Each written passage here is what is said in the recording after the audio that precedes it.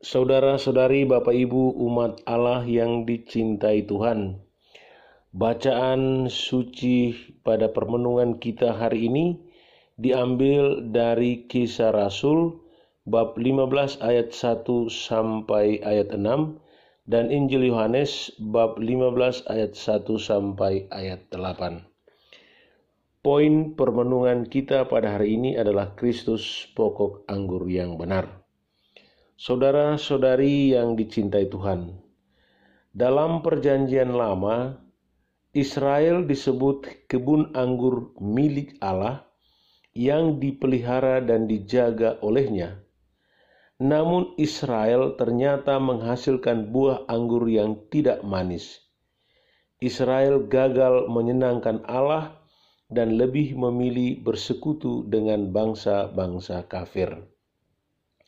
Bapak Ibu umat Allah yang dikasihi Tuhan, Yesus mengajarkan kepada para murid bahwa dialah pokok anggur yang benar, Israel sejati yang memuaskan dan menyenangkan hati Allah.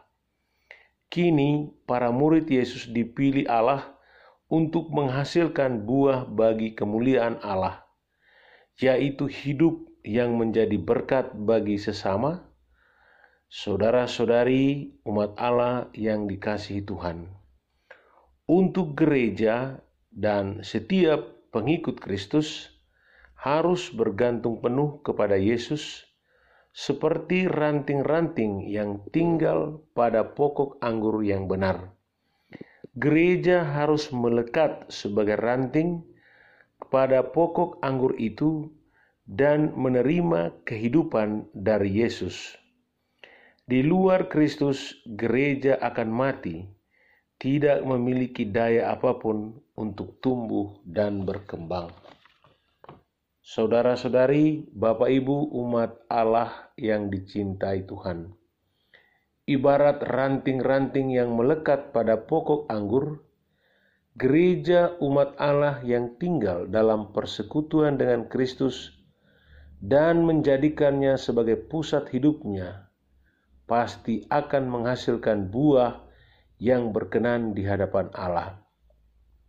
Sebab Allah Bapa yang memelihara pertumbuhannya dan membersihkan penghalang ranting-ranting ini untuk berbuah.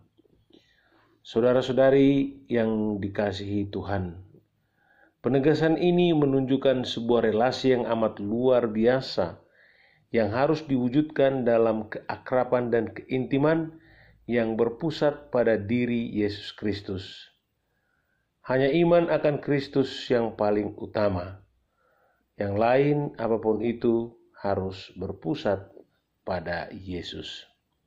Saudara-saudari yang dikasihi Tuhan, dari bacaan-bacaan suci hari ini, kita diajak untuk merenungkan 2 poin penting. Pertama, marilah kita tinggal dalam Yesus, sang pokok anggur yang baik dan benar, dan menjadikan Yesus sebagai pusat kehidupan kita. Kedua, marilah kita menghasilkan buah yang berlimpah, yang berpusat dalam diri Tuhan kita Yesus Kristus sebagai sang pokok anggur kehidupan kita. Semoga Tuhan memberkati kita semuanya. Amin.